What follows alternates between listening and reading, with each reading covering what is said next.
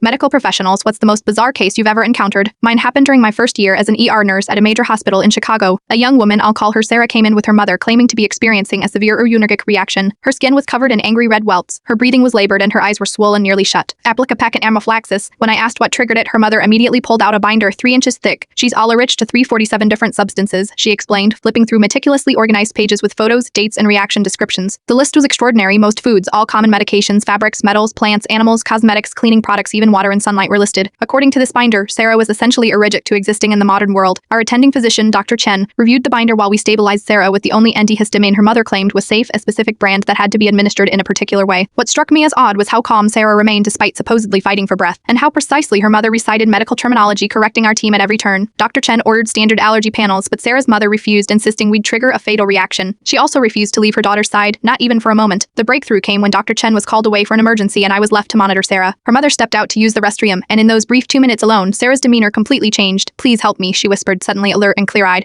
"She's doing this to me." Before I could respond, her mother returned, and Sarah instantly reverted to her previous state, labored breathing, vacant stare. I discreetly alerted Dr. Chen, who arranged for a security guard to request the mother's help with insurance paperwork in another room. Once separated, we ran toxicology screens that revealed shocking levels of antihistamines, stearase, and ipecac in Sarah's system, substances being administered by her mother to induce symptoms. When confronted with evidence, Sarah revealed the truth. For 8 years, her mother had been deliberately making her sick, convincing her she was allergic to the world, isolating her from friends, and collecting disability benefits in her name. It was a textbook case of Munchausen syndrome by proxy, a form of abuse where a Gearvia fabricates or induces illness in someone under their care. The most disturbing part, Sarah had been homeschooled since age 12 and truly believed she was deathly allergic to everything. Her mother had created such an elaborate medical history visiting different hospitals across 3 states to avoid detection that Sarah had no concept of normal health. When security detained her mother, Sarah experienced a panic attack, not from separation but from the terrifying realization that her entire medical identity was a fabrication. 6 months later, Sarah visited the ER to thank me. She was living with her aunt attending therapy and had discovered she had exactly 0 allergies. She brought me a peanut butter cookie she'd baked herself, the first she'd ever eaten. "I am not allergic to life anymore," she said. "Sometimes the most dangerous pathogens aren't viruses or bacteria, they're the people closest to us who benefit from our suffering."